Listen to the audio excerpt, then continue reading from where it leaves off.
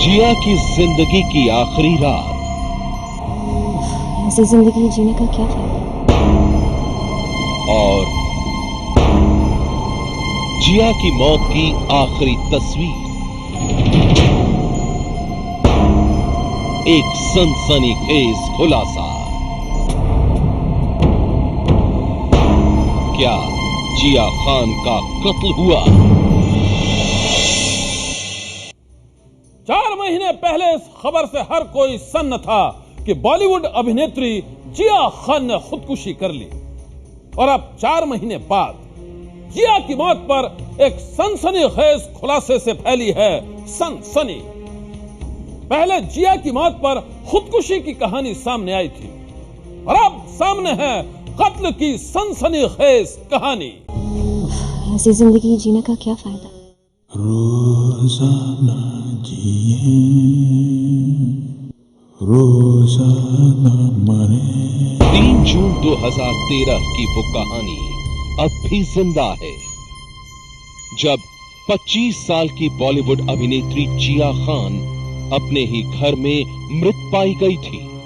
उस रात मुंबई के जुहू इलाके के सागर संगीत अपार्टमेंट के फ्लैट नंबर 102 में जिया की लाश पंखे से झूलती हुई मिली थी। जिया खान की मौत की खबर से हर कोई सकते में था, क्योंकि पुलिस ने जिया की मौत को आत्महत्या करार दिया था। मौत की तहकीकात आगे बढ़ी तो सामने आई जिया के असफल प्रेम की कहानी, और इस कहानी का किरदार था बॉलीवुड अभिनेता आदित्य पंचोली का बेटा सूरज पंचोली। कहा यह गया कि जिया खान अपने कथित प्रेमी सूरज पंचोली की बेवफाई से टूट गई थी और सूरज पंचोली ने ही उसे आत्महत्या करने के लिए मजबूर कर दिया। दर्द और बेवफाई की इस कहानी का खुलासा जिया की डायरी से भी हुआ था। खुद जिया खान के घर वालों ने भी सूरज पंचोली को जिया का गुनहगार बताया था। इसके बाद मुंबई पुलिस ने सूरज को आईपीसी की धारा 306 यानी खुदकुशी के लिए उकसाने के आरोप में गिरफ्तार किया। सूरज पंचोली को 23 दिन तक सलाखों के पीछे रहना पड़ा, लेकिन अब 4 महीने बाद जिया की कहानी में आ गया है एक नया मोड़। जिया की मां राबिया खान का आरोप है कि 3 जून की रात जिया खान ने खुदकुशी नहीं की, बल्कि उसका कत्ल हुआ है। जिया खान ने सुसाइड नहीं किया है, बल्कि उसकी बेरहमी से हत्या की गई है। और हत्या की इस कहानी का सबसे बड़ा सबूत है ये तस्वीरें। 3 जून की रात जब खबर आई कि अभिनेत्री जिया खान ने अपने घर में फांसी लगाकर आत्महत्या कर ली है तो किसी को विश्वास नहीं हुआ। घटना के कुछ दिनों बाद जिया खान की मां राबिया खान को जिया के कमरे से कुछ चिट्ठी मिली, जिसके बाद सूरज पांचोली और जिया के रिश्तों की कड़वाहट दुनिया के सामने आई। इन्हीं चिट्ठियों के आधार पर सूरज पांचोली पर आत्महत्या के लिए उकसाने का मामला भी दर्ज हुआ और उसे जेल भी जाना पड़ा। और अब राबिया खान के हाथ लगे हैं कुछ ऐसे सबूत जिसके आधार पर राबिया खान का दावा है कि जिया खान ने आत्महत्या नहीं की, बल्कि इसके पीछे कुछ साजिश है। जिया खान की मां राबिया खान ने दावा किया है कि 3 जून की रात किसी ने जिया की हत्या की है। राबिया खान का दावा है कि उन्हें कुछ ऐसे सबूत मिले हैं जिनसे एक साजिश के तहत जिया की हत्या किए जाने का संकेत मिलता है। जिया की मां के वकील इन सबूतों को कोर्ट में पेश करेंगे। पुलिस के जरिए उनसे रिक्वेस्ट करके खूब सारे फोटोग्राफ्स हासिल किए। उसको एनालिसिस करने के बाद हमने उसका मेडिकल और एक्सपर्ट्स के पास से ओपिनियन लिया हुआ है।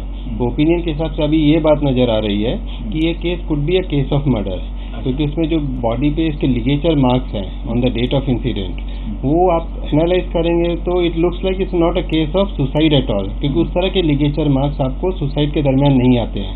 जब किसी का मर्डर होता है तब उसको इतने प्रोमिनेंट लिगेचर मार्क्स आते हैं जिसका लोग साइंटिफिकली आप एग्जामिन करेंगे तो उसका मूवमेंट डाउनवर्ड है, और सुसाइड में उसका जो मार्क का मूवमेंट होता है इट गोज अपवर्ड.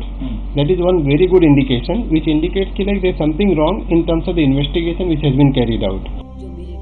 जिया की मां राबिया खान जिन तस्वीरों और सबूतों के आधार पर जिया की मौत को हत्या बता रही है, उनकी छानबीन के लिए हम आपको सुनाते हैं 3 जून की रात की वो कहानी जब जिया खान की लाश उसके ही फ्लैट में पंखे से झूलती मिली.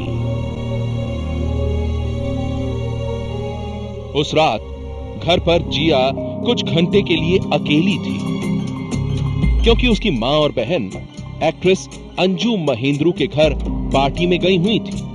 पुलिस की छानबीन में यह बताया गया कि इस बीच जिया खान और सूरज पंचोली के बीच फोन पर कहा सुनी हुई.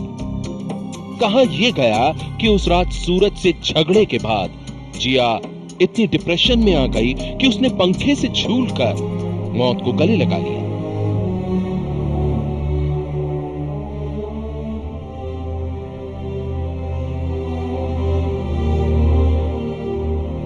उसकी मौत का खुलासा हुआ तब जब जिया की मां राबिया खान और उसकी बहन पार्टी के बाद करीब 11:30 बजे अपने फ्लैट पर लौटी.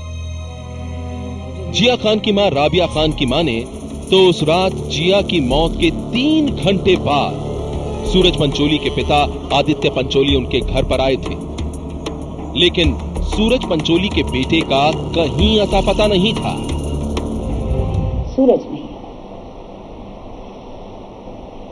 सूरज कभी भी नहीं आया. वो इतना प्यार करता था लास्ट मिनट तक. उसके मोबाइल पे देखो तो 60-80 फोन कॉल्स जा रहे हैं, आ रहे हैं, मिस्ड कॉल्स हैं. उसको पता चला होगा क्या हुआ होगा, वो तो नहीं आया. उसने तो नहीं मेरी बेटी को गोद में उठा के और रोया कि अगर वही करियर था तो मैं कर देता, कुछ हम कर लेते एक साथ. वो तो आए इस सीन में नहीं था. आपकी लड़ाई होती है लवर से और पता चले कि लवर की उंगली भी कट गई है तो आप तो दौड़े दौड़े चले आएंगे ना. यहाँ उंगली नहीं, यहाँ इतना बड़ा हादसा हुआ. मेरी बेटी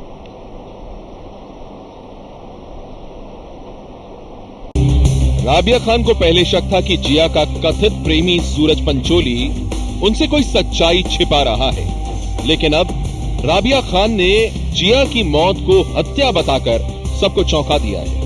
राबिया खान के वकील के मुताबिक उन्होंने जिया की लाश की जो तस्वीरें हासिल की हैं, उन तस्वीरों में यह साफ दिखाई देता है कि जिया के जिस्म पर जगह जगह चोट के निशान हैं.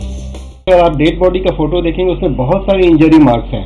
जो लड़की नॉर्मल दिख रही सीसीटीवी में, अचानक उसकी बॉडी पे इंजरी मार्क्स कैसे आते मरने के बाद में? इट मीन्स उसको कुछ किया गया, मारा गया है, उसके बाद उसको सुसाइड का कलर देके कोई चला गया है. सवाल ये भी है कि जिया ने अगर फांसी लगाई है तो गले पर वी मार्क होना चाहिए, लेकिन जिया के गले पर ओ मार्क दिखाई दे रहा है. जिया की मां राबिया खान का दावा है कि 3 जून की रात किसी ने जिया की हत्या की है और इसके बाद हत्या की कहानी पर पर्दा डालने के लिए उसकी लाश को पंखे से लटका दिया गया ताकि मामला खुदकुशी का लगे.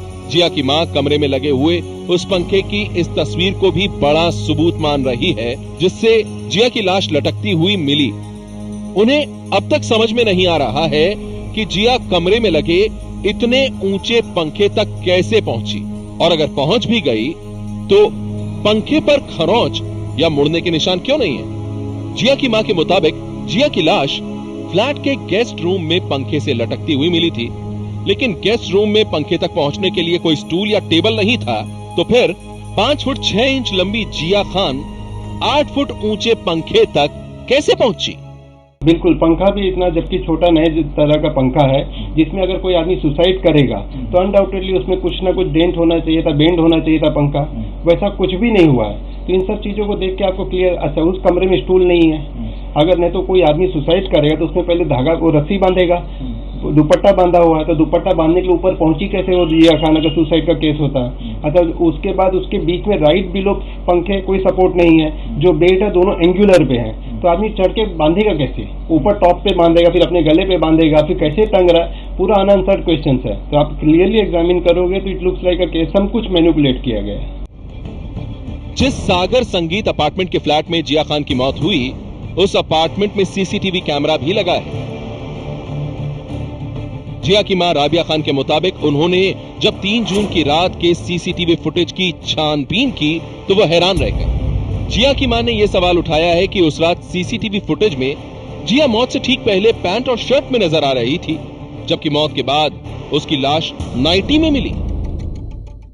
जो डिसीज का कंडक्ट है, जिया खान के जस्ट मरने के पहले उसका बिल्डिंग की सीसीटीवी उनका रिकॉर्डिंग हुआ है, जिसमें वो एकदम नॉर्मल तरीके से आती हैं, घर में जा रही हैं। उस टाइम पे ट्रैक पैंट में आई थी, वो बाहर जाके ट्रैक पैंट से अपने घर पे जा रही हैं। जब सुसाइड हुआ तो उनको नाइटी में पाया गया। तो प्रश्न ये होता है कि जिस आदमी की अगर मानसिक स्थिति सुसाइड करने की होगी तो कपड़े नहीं बदलने बैठेगा।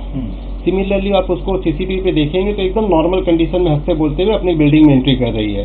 तो ऑल ऑफ सडनली ऐसी क्या बात हुई कि जो किसी को आप सुसाइड करने के नाम पे इस तरह का आरोप लगाओगे, which is highly abnormal for a western girl, क्योंकि वो यूएस की सिटीजन थी और उनको इस तरह का करना हाईली अबनॉर्मल है कि अब नॉर्मल पर्सन अचानक सुसाइड का मूड में जाके इस तरह की हरकतें करेगा। तो ये एक इंडिकेशन है कि it's not a case of suicide, it's a case of murder. Jiah के घर वालों के मुताबिक सीसीटीवी कैमरे में दिख रहा है कि वो मौत से पहले हंसती बोलती नजर आ रही थी और फिर अचानक उसने सुसाइड क्यों कर लिया, ये अब तक उन्हें समझ में नहीं आ रहा है। इस केस में वकील का दावा है कि सीसीटीवी फुटेज में जिया की तस्वीर और उसके मोबाइल फोन की डिटेल से पता चलता है कि सिर्फ 15 से 20 मिनट के अंदर किसी ने जिया का कत्ल किया होगा। सीसीटीवी के फुटेज के हिसाब से जब वो एंट्री करती हैं और जब उनकी मम्मी उनके डेड बॉडी के पास पहुंचती हैं, उसमें मात्र कुछ 35 मिनट्स का गैप है। 35 मिनट्स में उनके मोबाइल कॉल का आप रिकॉर्ड चेक करते तो ऑलमोस्ट 20 मिनट्स उनकी बात हो रही है। जस्ट प्रायर टू 20 मिनट्स वो बात कर रही है सूरज पंचोली से। तो इसका मतलब जो भी पूरी घटना हुई है मैक्सिमम 20 मिनट के अंदर सुसाइड सो कॉल्ड बॉडी उसको टांगा गया है मार के, और उसका सब पिक्चर किया गया कि सुसाइड का केस है। छानबीन में ये बात सामने आई थी कि 3 जून की रात जिया खान ने करीब 29 मिनट तक अपने कथित प्रेमी सूरज पंचोली से बात की थी। लेकिन जिया के घर वाले ये सवाल उठा रहे हैं कि पुलिस ने इस बात की छानबीन क्यों नहीं की कि उस रात सूरज पंचोली था कहां और क्या कर रहा था। हमारी पिटीशन का एक और पहलू है, हम ये भी कह रहे हैं कि उन लोगों ने, पुलिस ने इन्वेस्टिगेशन के दरमियान सूरज पंचोली का कहीं मोबाइल टावर का लोकेशन नहीं चेक किया कि जिस टाइम ये घटना हुई उस टाइम वो कहाँ अवेलेबल था। ना ही इस दिशा में कोई इन्वेस्टिगेशन हुआ है कि एक्चुअल उसका रोल था, उस दिन घटना के कितना देर पहले मिला था जिया खान से, उनका क्या बात हुई, किस तरह का व्यवहार हुआ। जिया की मां के मुताबिक 3 जून की रात जिया की लाश फ्लैट के गेस्ट रूम में पंखे से लटकती हुई मिली थी, जबकि उस रात उन्हें बेडरूम में खून के निशान दिखाई दिए। जिया ने अगर गेस्ट रूम में सुसाइड किया तो बेडरूम में खून के निशान कहां से आए। घर के बाहर लगे सीसीटीवी कैमरे में दिख रहा है कि जिया खान हंसते हुए घर में प्रवेश कर रही है। तो आखिर ऐसा क्या हुआ कि 1 घंटे बाद जिया की लाश मिलती है। यदि जिया ने आत्महत्या घर के गेस्ट रूम में किया तो खून के धब्बे के निशान जिया के बेडरूम में कैसे आए। यदि जिया ने फांसी लगाकर आत्महत्या की तो शरीर पर चोट के निशान कहां से आए। ऐसे तमाम सवाल हैं जिसके जवाब के लिए राबिया खान एक बार फिर कोर्ट में गुजारिश करने वाली है। साफ तौर पर राबिया खान नए सबूतों के साथ नई दलीलें पेश करने वाली है। देखना होगा कि उनके नए दावों में कितना दम है। जिया की मां राबिया खान के आरोप ने जिया की मौत को एक बार फिर सवालों में ला खड़ा किया और एक बार फिर उन सवालों से घिर गए हैं आदित्य पंचोली के बेटे सूरज पंचोली। सूरज पंचोली पर जिया को खुदकुशी के लिए उकसाने का आरोप है और वो 23 दिन तक सलाखों के पीछे रहने के बाद जमानत पर रिहा हुए हैं। रिहाई के बाद टाइम्स ऑफ इंडिया को दिए इंटरव्यू में सूरज पंचोली ने जो कहानी सुनाई है वो आरोपों से बिल्कुल अलग है। मुझे जिया की मां का एक मैसेज मिला जिसमें लिखा था, सूरज मैं नहीं चाहती कि तुम मेरी बेटी की जिंदगी में रहो।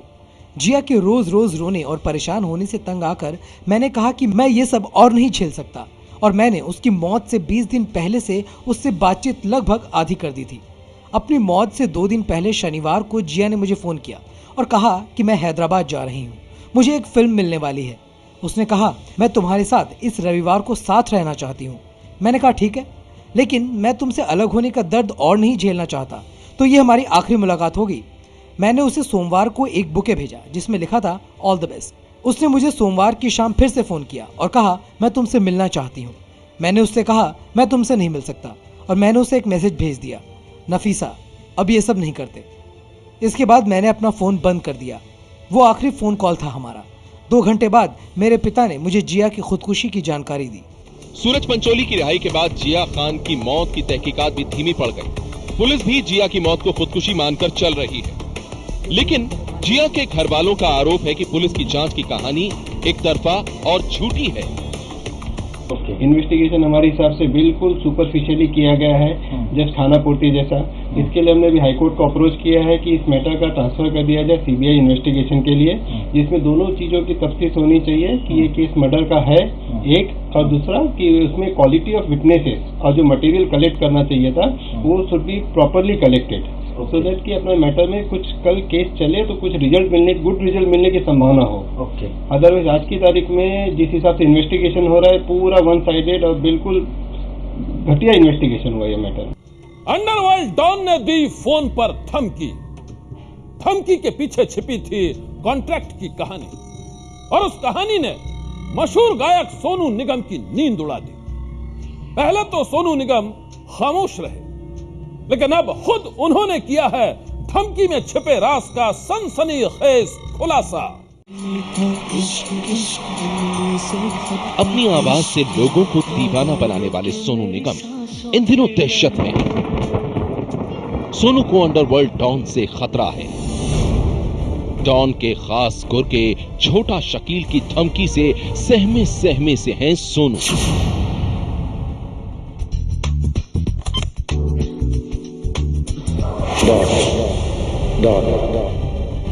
छोटा शकील ने सोनू को धमकी भरा एसएमएस भेजकर बदनाम करने के लिए धमकाया है, और अंडरवर्ल्ड के इस पैगाम के बाद से ही डर में जी रहे हैं बॉलीवुड के मशहूर गायक सोनू निगम।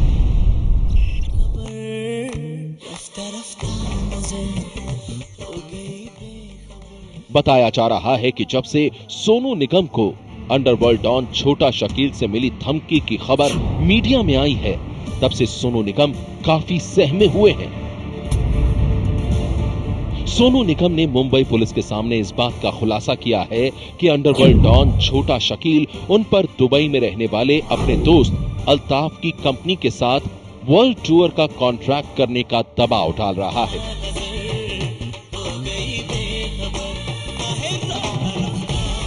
और ऐसा न करने पर उसने सोनू निगम को एसएमएस भेजकर यह धमकी दी है कि अगर सोनू ने उसकी बात नहीं मानी तो वो सोनू निगम और उनकी एक महिला मित्र के बीच फोन पर हुई बातचीत की ऑडियो रिकॉर्डिंग को लीक कर देगा, उन्हें बदनाम कर देगा।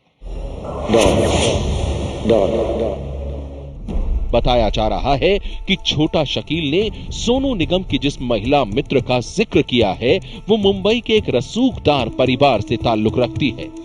इस खबर के मीडिया में आने के बाद सोनू निगम ने अंग्रेजी अखबार टाइम्स ऑफ इंडिया को एक बेहद भावुक चिट्ठी लिखी है, जिसमें उन्होंने कई बातों की दुहाई देकर उम्मीद जताई है कि छोटा शकील उन्हें परेशान नहीं करेगा।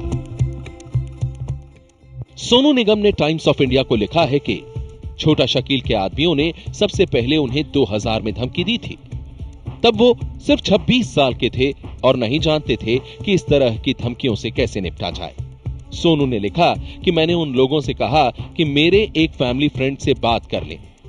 इन्हें वो लोग भी जानते थे और दीदी कहते थे। पहली बार ये मामला निपट गया, लेकिन सालों बाद अब फिर ये नौबत आई है। मैं चाहता हूं कि इसे सार्वजनिक न किया जाए, क्योंकि मैं नहीं चाहता था कि इसे बेवजह तूल दिया जाए, लेकिन ये मेरे हाथों में नहीं है।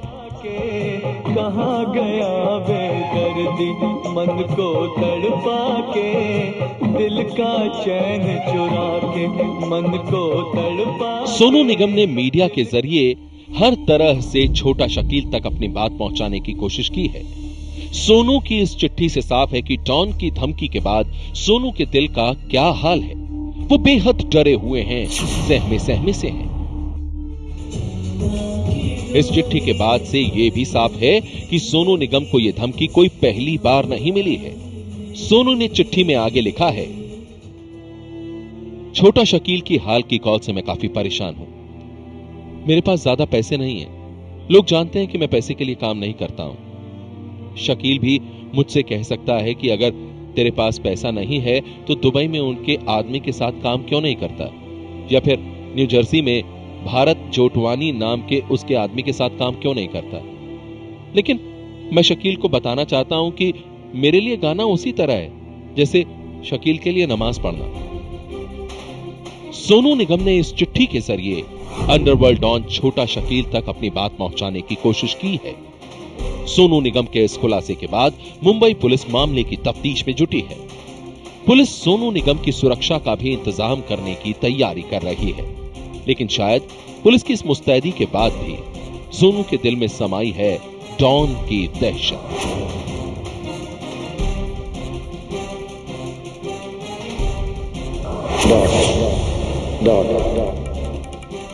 सनसनी के लिए मुंबई से गणेश ठाकुर की रिपोर्ट। सनसनी में आज बस इतना ही। आप रहिएगा होशियार। सन्नाटे को चीरती सनसनी कल फिर देगी दस्तक आपकी दहलीज पर।